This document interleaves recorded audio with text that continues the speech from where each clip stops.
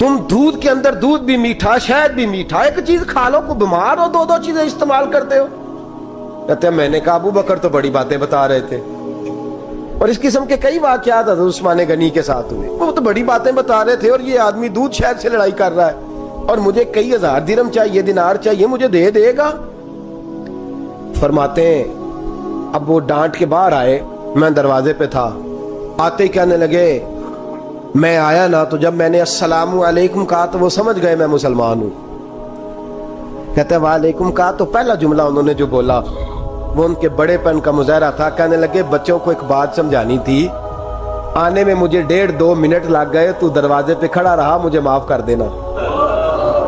बड़े लोगों की बड़ी बातें, बड़े लोगों की बड़ी बातें, इतना बड़ा कद है उतना बड़ा इखलाक है। कहने लगे तुझे एक बात बच्चों से करने लग गया था, तुझे इंतजार करना पड़ा, जरा दरगुजर करना। कहते हैं फिर उन्होंने दरवाजा खोला, जो उस वक्त उनका माहौल था हवेली का, ड्राइंग रूम का, जो भी, मुझे बिठाया। कहते हैं मेरे लिए जो पहली चीज आई वो दूध के अंदर शहद डाल के वो लाए। कहते हैं मेरे दिल में ख्याल आया घर में झगड़ा कर रहे थे, मुझे पिलाया, उसके बाद खजूरों का हलवा आ गया। कहते हैं मैंने कहा बच्चों को कह रहे थे एक मीठी चीज इस्तेमाल करो, मेरे लिए 3-3 आ गई है, 3-3 आ गई, अजीब शख्स है। कहते हैं मैं, लेकिन अभी मेरा तसव्वुर जमा नहीं, मैंने कहा इतना तगड़ा नहीं जितना हज़रत अबू बकर ने बताया है।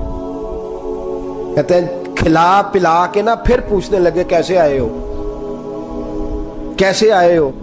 तो कहते हैं मैंने कहा कि जनाब मैं मजबूर हूं।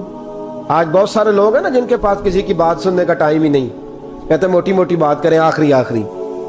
हजरत उस्मान गनी पूरी खिला पिला के कहने लगे कैसे आना हुआ। कहते मैंने कहा जी मैं मुसलमान हूं, मुल्क के शाम के मुज़ाफात के एक गांव का रहने वाला हूं, कुछ कारोबारी मुश्किलात आई तो मैं मकरूज हो गया, मेरे ऊपर कर्जा है, मुझे कुछ पैसों की आदत है।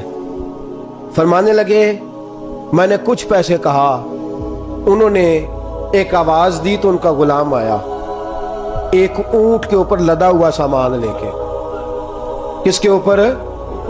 ऊंट के ऊपर। कहता है मुझे 3000 अशरफियों की जरूरत थी, मैंने बताया नहीं 3000 चाहिए। ऊंट आया तो हज़रत उस्मान गनी कहने लगे उस ऊंट पर तेरे लिए, तेरे घर वालों के लिए मैंने कपड़े भी रखवा दिए, खाना भी रखवा दिया और 6000 अशरफियां भी रखवा दिए, तू पैदल आया है तो अब ऊंट लेके जा। कहते मैंने कहा हुजूर ऊंट वापस कौन करने आएगा। कहने लगे